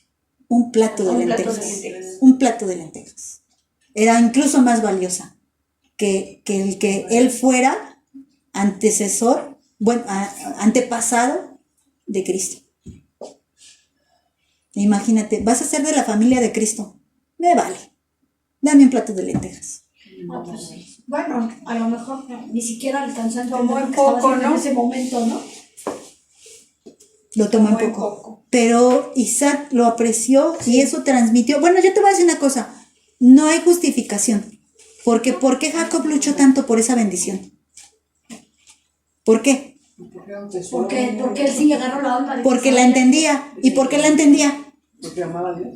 No. ¿Por qué la entendía? Porque ya se lo habían enseñado. Porque Ya se la sabía habían y enseñado. creyó. O sea, le hizo caso a su papá y Porque entendió y lo tenía presente. Jacob le habían enseñado, pero si no le tocaba a él y le tocaba a Esaú, ¿tú crees que Isaac no pusiera incluso más empeño en Esaú para que Esaú lo entendiera? Sí, yo creo que sí. Pero él no la creyó y no le importó. Entonces, obvio no lo entendió. Ujú. Y bueno, dice, porque ya saben que aún después, deseando heredar la bendición, fue desechado y no hubo oportunidad para el arrepentimiento, aunque la procuró con lágrimas. Salmo 51:17, vean lo contrario. Los sacrificios de Dios son el espíritu quebrantado, al corazón contrito y humillado, no despreciarás tú, oh Dios. Así que sigue aplicando este principio. Dios te aborrece si vives en iniquidad, pero si tú te humillas y te rompes delante de Dios, el Señor no te rechaza. No va a decir, sí, ya veo que te humillaste, pero no te destiné. No. El corazón humillado y contrito no lo despreciará el Señor. Entonces, claro que estás destinado, o sea, ya hay un destino trazado para ti en el cielo, claro, porque Dios ya sabe ese caminar. Ya lo sabe. Ningún mérito tuyo, solamente Dios ya sabe, porque tú eres como un pan que está expuesto en una mesa, que Dios ve todo su proceso, cómo va haciendo, y Dios ya sabe, este pan va a terminar de esta manera. Dios ya lo sabe. Nada por obras, todo por fe. Ajá. Y todo por el previo conocimiento de Dios. Amén. Ajá. Así aplica esto. ¿Sale? Ahí terminamos, ¿sale? Vamos a orar. Vamos a orar. Señor bendito, gracias te damos por este tiempo que nos permitiste estudiar tu palabra. Ciertamente es difícil, Señor. Cuesta trabajo entender muchas cosas de las que tú hablas en tu palabra, pero gracias porque nos has dado tu Espíritu Santo, que dice que todo lo que oculto de Dios, todo lo profundo más bien de Dios, todas esas cosas que necesitamos conocer, tú nos las revelas a través de tu Espíritu Santo, Señor. Gracias, Padre, porque tenemos esa gran dicha de que pertenecemos a ese linaje, al linaje de Cristo por fe, por esa bendición, Señor, que ha sido prometida para todos los que son del pueblo de Dios, y esas somos tus hijas, Señor. Yo te quiero rogar en especial por aquellas que aún no son tu pueblo, por aquellas que aún no te conocen, por las que no han creído, por las que no han dejado que tu palabra penetre en sus vidas, para que tú por favor les convenzas, Señor, para que haya un verdadero arrepentimiento, Señor, que haya dolor por su pecado, que se sientan realmente lastimadas, dolidas, sucias por el pecado, Señor, y puedan venir a esa nueva vida que tú das por medio de nuestro Señor Jesucristo, Señor. Gracias, Padre, por por tu muerte, gracias por tu resurrección, Señor, que nos da la oportunidad de tener vida eterna, que nos da la oportunidad de ser nuevas criaturas, de vivir una vida ya no esclavizada al pecado, sino una vida libre en ti, Señor, libre para servirte, con el privilegio de adorarte, con el privilegio de amarte, con el privilegio de estudiar tu palabra, Señor, tantas bendiciones que tenemos en ti, de poder resistir la prueba, la tentación, de estar firmes en la aflicción, Señor. Gracias, Padre, por esto que tú haces en tus hijas que te aman, Señor, y que primeramente tú nos amaste, Señor. Gracias porque tú, cuando aún nosotras éramos pecadoras, mostraste tu amor a través de Cristo, Señor. Gracias, Señor. Gracias. Te ruego que tu palabra dé fruto. Te ruego que tu palabra penetre, Señor, y corte hasta lo más profundo, hasta dividir esa área de nuestra vida que está oculta, Señor, esa área de nuestra vida que te queremos esconder, que queremos decir, no te metas con esto, Cristo. No, Señor, sino que penetra y corta, Señor, para que seamos limpias y que tu palabra, Señor, saque a la luz todo pecado, Señor. Que así sea, Padre. Y te pido que bendigas a cada mujer de las que estamos aquí, Señor, a mis hermanas. Prospérala, Señor, en su vida espiritual. Dales gozo, dales paz, dales paciencia, dales todo, Señor, lo que les haga falta. Asimismo también a mí, Señor. Enséñame tu palabra. Ayúdame, Señor, a ser firme en tu palabra. Que no sea vencida por el enemigo, sino por el contrario, sea más que vencedora, Señor, así como cada una de mis hermanas, Señor. Gracias por lo que tú haces en este grupo, Señor, y te pido, Padre, que tu presencia quede con cada una de nosotras, Padre, en el nombre de Jesucristo. Amén. Amén.